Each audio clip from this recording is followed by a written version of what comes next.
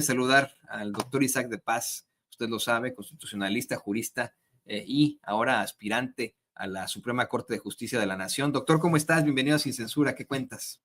¿Qué tal, estimado Toño, estimada audiencia de Sin Censura? Pues muy contento aquí de escuchar este gran programa y bueno, aquí atento al cómo se ha venido dando este primer proceso de elección de la judicatura, de ministros y ministras de la Corte, y también cómo está siendo el comportamiento de algunos actores políticos y de el propio Poder Judicial, ¿no? Así que muy atento y listo aquí, Toño. Muchas gracias. Oye, doctor, pues mira, el tema que propones hoy es muy duro. El tema el enunciado que le das es durísimo, me parece, pero completamente veraz. Este ya es el ocaso del Poder Judicial neoliberal. Uno que, mira, efectivamente podríamos pensar, viene desde Carlos Salinas de Gortari. No es tanto así, me parece que fue Zedillo quien llega ya a este contubernio preanista para permitir que el Partido Acción Nacional tomara las riendas de ese poder judicial mediante pues la gestión absoluta de Diego Fernández de Ceballos. Y a partir de ahí, efectivamente, el poder judicial fue en detrimento, si ya estaba mal, fue en detrimento de lo que era. Hoy es el ocaso. Hoy, al ver a la ministra Norma Piña en un muro de lamentaciones, echarle la culpa de toda la cuarta transformación de sus fracasos, o como bien nos lo mencionaba la misma ministra Yasmín Esquivel, entregando el Poder Judicial completamente destruido, podemos ver que efectivamente es el ocaso de ese Poder Judicial neoliberal, doctor. Sí, Toño, a ver, ¿yo por qué sostengo que es el ocaso de un poder judicial neoliberal?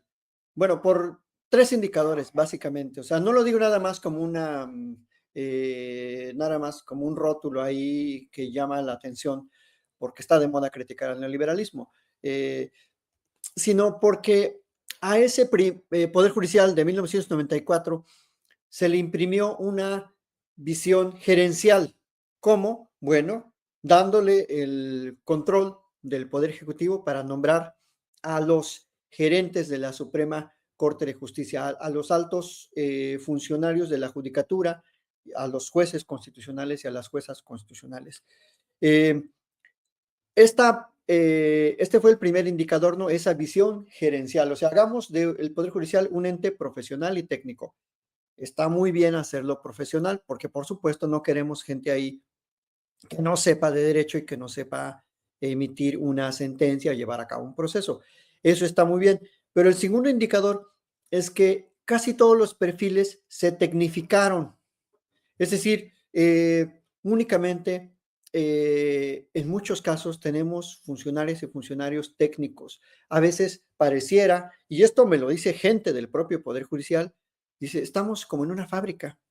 Es una fábrica, pero como que de más nivel, ¿no? Pero al fin y al cabo es una fábrica. Todos tienen que hacer su trabajo, están ahí como minions. Si te equivocas, te acusan de algo. Es una visión vertical, no hay creatividad, no hay libertad.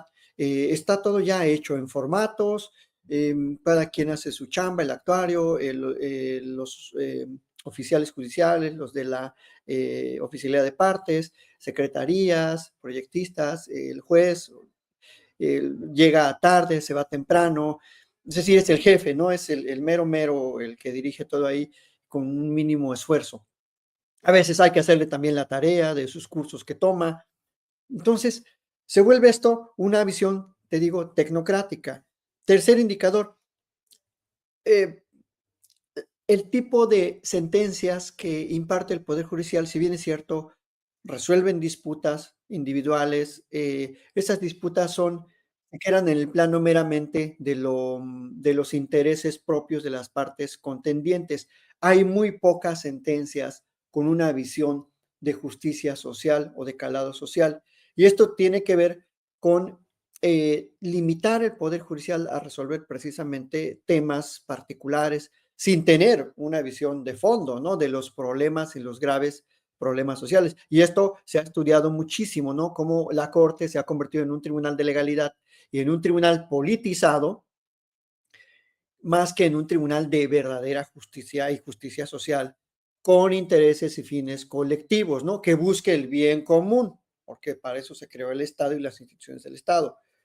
Y el siguiente indicador tiene que ver con esta corporativización de la justicia. O sea, vemos cómo ese tipo de sentencias que pueden ser polémicas o estructurales siempre están relacionadas con favorecer a los intereses corporativos, mayormente, ¿no? También hay sentencias que han limitado el poder corporativo, pero las últimas sentencias en materias importantísimas como es el sector energético de este país, como es proteger ese bien común llamado Servicio Eléctrico Nacional, que promueve el derecho humano de acceso a la electricidad, pues se favoreció a las compañías extranjeras, a un grupúsculo de compañías extranjeras que enquistaron en el Poder Judicial a perfiles que favorecían sus intereses, ¿no? Especialmente a los jueces especializados en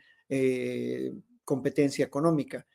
Entonces, ese poder judicial con esos indicadores está en una severa crisis y está ya viendo sus horas finales, por lo menos de la mitad de sus integrantes, ¿no? Yo creo que esta revolución, esta reforma propone que lleguemos perfiles con una visión de justicia social a la función judicial, con una función que no solo se limite a interpretar una que otra cosilla de la Constitución, sino a interpretar con un sentido siempre teniendo y tomando en cuenta los intereses del pueblo, de la nación.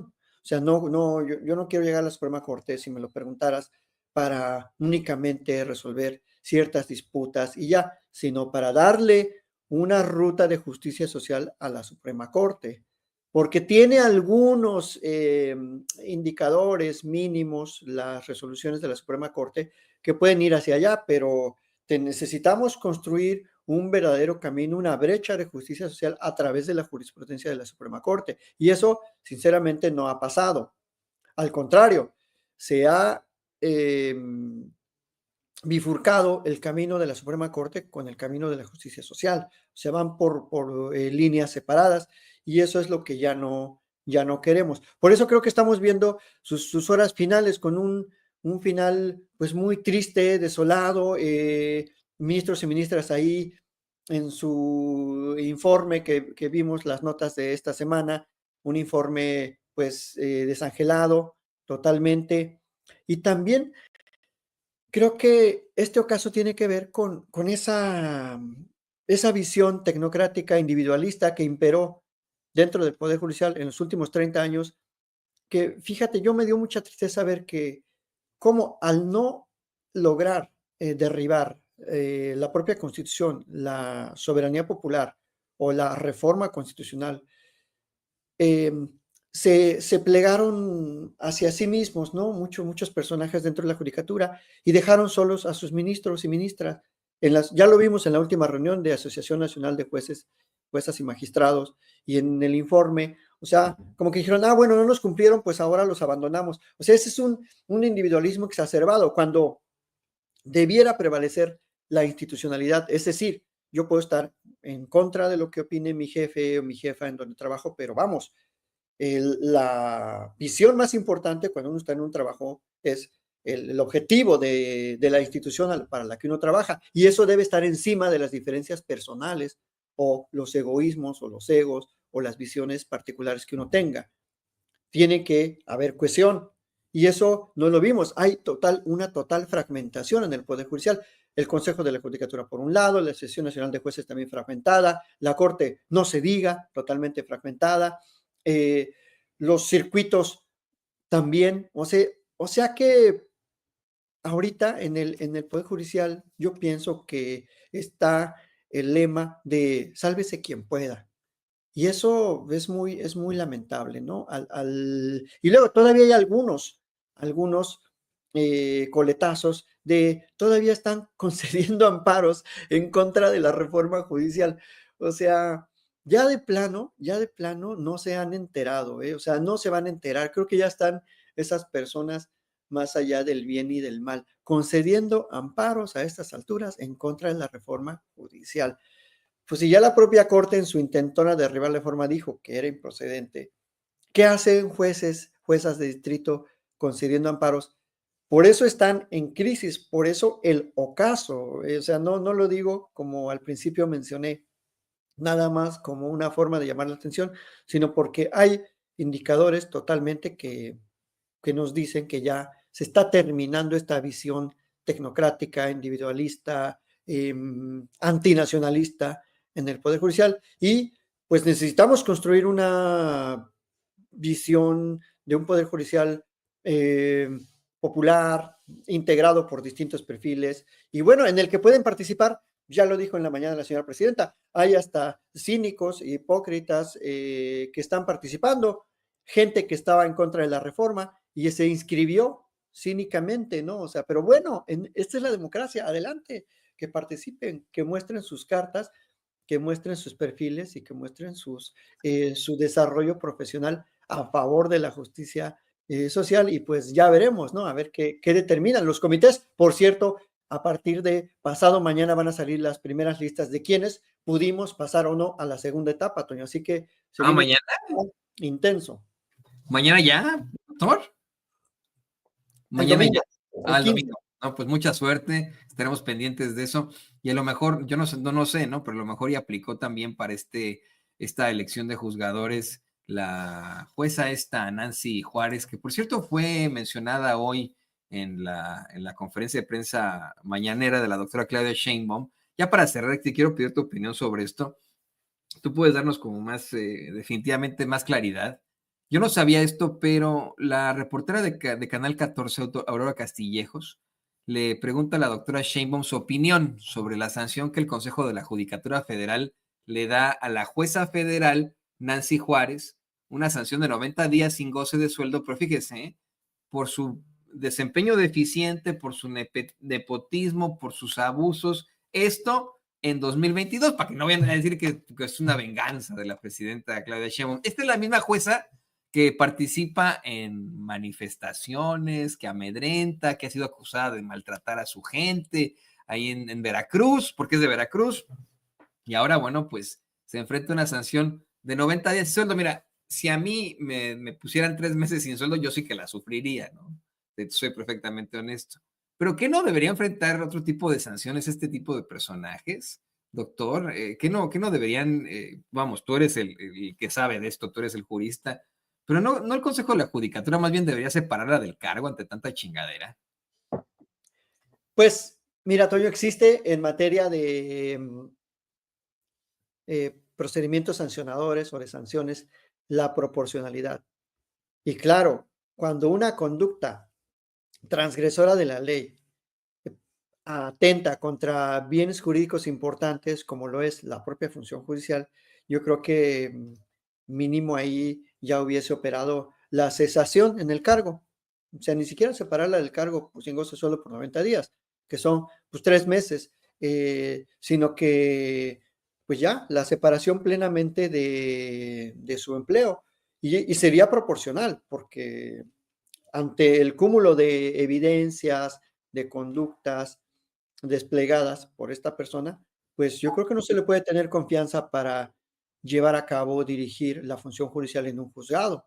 O sea, sobre todo si viene ya de tiempo. Y esto es lo que pretende la reforma modificar, ¿no? Que haya un verdadero tribunal de disciplina judicial que de verdad sancione como a todos, ¿eh? A ver, si a mí en la universidad, si yo, por ejemplo, maltrato a un estudiante, así te lo platico, mínimo, no sé, yo creo que la mínima es que me corren de la universidad, o sea, así sea muy investigadora, así sea muy constitucionalista, no hay, aquí no hay amistades, ¿no? En el caso de las facultades que uno puede desarrollar o no dentro de su función. O sea, la ley es dura, ¿no? Como dice, dura lex et lex, pero tenemos que este tipo de funcionarios en el Poder Judicial hacen una cosa y 3 meses sin goce de sueldo. Te cambiamos de inscripción para que ya no hagas tus fregaderas en Tuxtla Gutiérrez, vete a Tamaulipas, o no, pues vete a Tijuana, no, te vamos a castigar mandándote a la frontera ahí para que te vayas a San Diego a comprar tus triques. O sea, La verdad que a veces es sumamente ridículo, ¿no? O viceversa, de Tijuana, te agarramos aquí con unos triquiñuelas de dinero de procedencia ilícita, pues vete a Torreón, ahora vete a Zacatecas, allá, que nadie te vea. Es verdaderamente una ofensa a la propia función, a la investidura de un funcionario judicial, al propio Poder Judicial y sobre todo al pueblo, ¿no? Porque pues, se supone que los que impartimos justicia, los que se dedican a la impartición de justicia, pues son gente recta, son gente proba, son gente que lleva a cabo su labor con el mayor de los profesionalismos, la honestidad, la legalidad, la transparencia y toda esa serie de principios que no los estoy inventando yo, están en la Constitución. O sea, y sí es bastante preocupante que en este periodo de 30 años del Poder Judicial neoliberal, pues vimos muy pocas sanciones, muy pocos procedimientos, siendo que hay un gran número, ya ahora lo vimos, socialmente ya se conoció, alrededor siempre hubo de entre 1,100, 1,500, 1,600 juzgadoras y juzgadores, ¿no? Entre magistrados y gente de los juzgados de distrito, y pues no vimos grandes sanciones, o sea, vimos cambios de descripción, vimos amonestaciones, vimos multas, la que tú mencionas, como esta contra la jueza, precisamente la jueza que otorgó los primeros amparos y que se aventaron ese tipo de locuacidades. Y yo digo, híjole, o sea, si yo, es como si yo una locuacidad dijera, ahorita voy allá a probar desde antes a mis alumnos del siguiente semestre, ¿no? ¿Por qué? Pues simplemente porque considero que son bien buenos y ya los apruebo, ya desde ahorita les pongo su 90, su 100. Así, oye, estás loco, ni siquiera tienes alumnos. Bueno, pero es que yo soy el profesor y yo mando. Se prestaría así, ¿no? Este tipo de locuras, así en el Poder Judicial, queriendo anular la Constitución, queriendo aceptar amparos inaceptables, y como se mandan solos, bajo ese eufemismo de la independencia judicial, que lo están tergiversando, que lo están usando para proteger sus propios intereses, creo que con toda razón tiene que existir un tribunal de disciplina judicial, que obviamente va a respetar el debido proceso, porque la gente ahí se está quejando de que, no, es que ya es la Inquisición y ahora nos van a asesinar. No, señor. A ver, además usted es abogado, es abogada, se puede defender, puede ser llamado a juicio, puede ofrecer sus pruebas, puede objetar, puede apelar.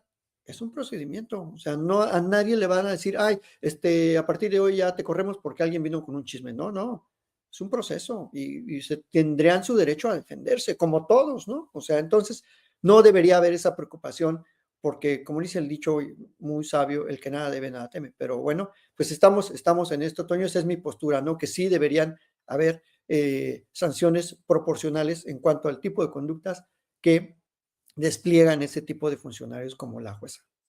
No, y me faltó decir, porque no, o sea, eso es lo escandaloso.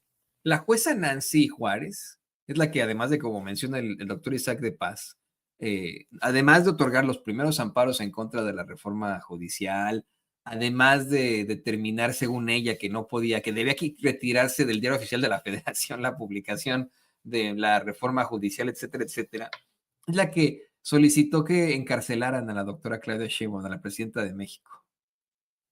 Pero bueno, doctor, ahí lo dejaste muy, muy claro. Por supuesto que se necesita de un verdadero tribunal que verdaderamente sancione este tipo de personajazos que creen tener todo el poder. Y bueno, pues Nancy se quedará sin sus 3 meses de sueldo, ¿no? Y no podrá hacer sus TikToks y sus redes sociales que siempre anda haciendo. Mientras tanto, yo quiero desearte mucha suerte este fin de semana. Espero verdaderamente que el domingo pues tengamos la buena noticia de que pasaste a la segunda fase tú, que pasó a la segunda fase también el queridísimo licenciado César Gutiérrez Priego. Están todos ahí, los colaboradores sin censura, listos y preparados para ser nuestros nuevos impartidores de justicia.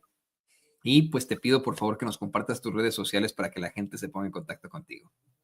Sí, muchísimas gracias, Toño. Esperemos que los comités hagan una valoración integral, que seguramente lo harán, y pues pasemos a esta segunda fase, los perfiles que tenemos una visión muy sentida de la justicia social que este país necesita. Síganme, por favor, en X o Twitter, Isaac de Paz González, @Isaac de Paz con Z y K, y en mi YouTube, Isaac de Paz González. Muchísimas gracias, Toño. Muchas gracias a la audiencia, a todo el equipo de Sin Censura, al buen Vicente, y bueno, pues aquí seguimos atentos a el acontecer constitucional de este país. Gracias. el doctor Isaac de Paz, constitucionalista, jurista, gran amigo de Sin Censura. Muchas gracias, doctor. Que te vaya muy bien. Hasta la próxima. Hasta la próxima. Y bueno,